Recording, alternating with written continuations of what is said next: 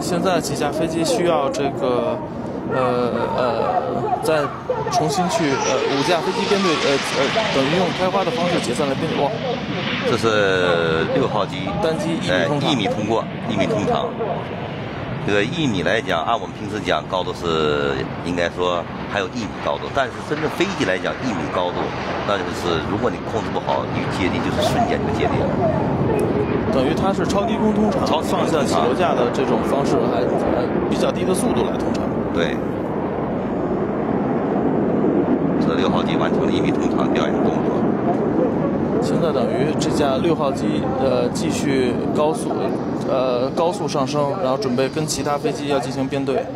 没错，后面就是前3机呢扇形或者同步呢这个滚转解散，后3机跟着呢3机的这个上升空中解散，形成的小航线加入航线落地。这个就是等于给大家一个结束的动作，让大家看一下81队结束了今天上午的表演。对。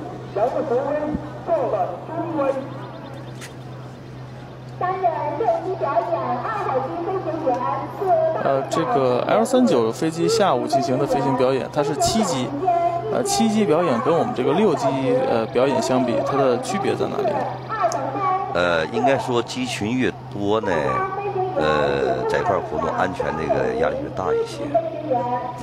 你看单机活动、双机知道机群活动就是一个你协调啊、配合呀，这方更加进一步密切一些。俄罗斯勇士这5架重型的飞机也会在今天进行飞行表演。他们这个跟歼十飞机相比呢，更重一些。